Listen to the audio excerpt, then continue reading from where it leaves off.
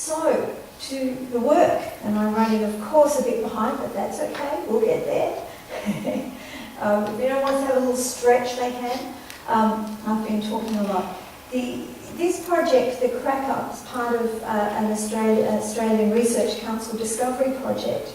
And I wanted to talk a bit about this because I think it does speak to some of those issues around dance and technology as potentially oil and water, but potentially incredibly synergistic.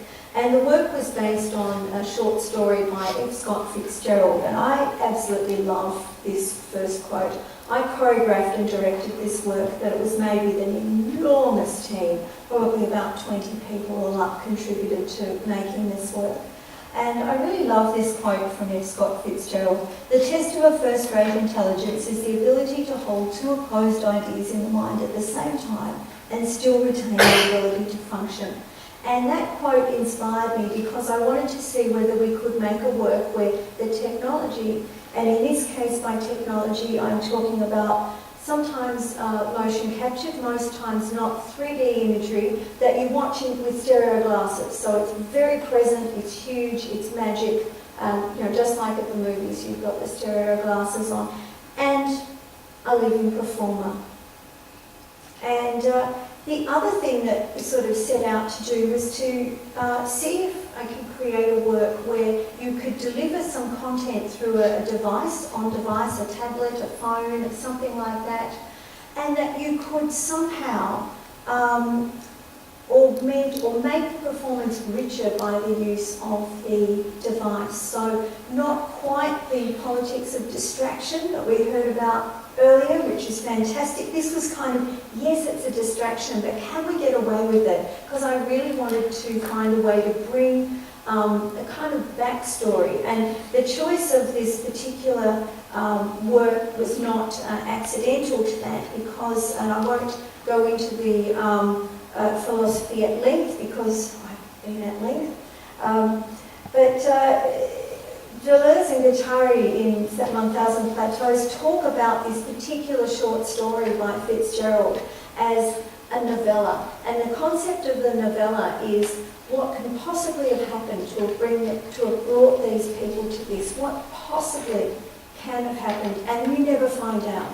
The tale, by contrast, is what happens next, and next, and next, and you do this and you do that. The novella, is a complete mystery. You've come across these people in this situation, you have no idea how they got there.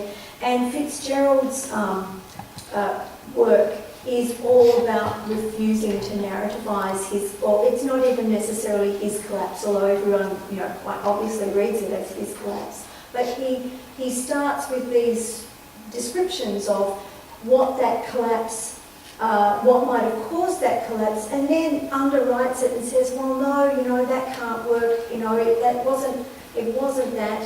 What was it? These pseudo-confessional descriptions, and that refusal to narrativize collapse, I think it feeds into this idea of backstory.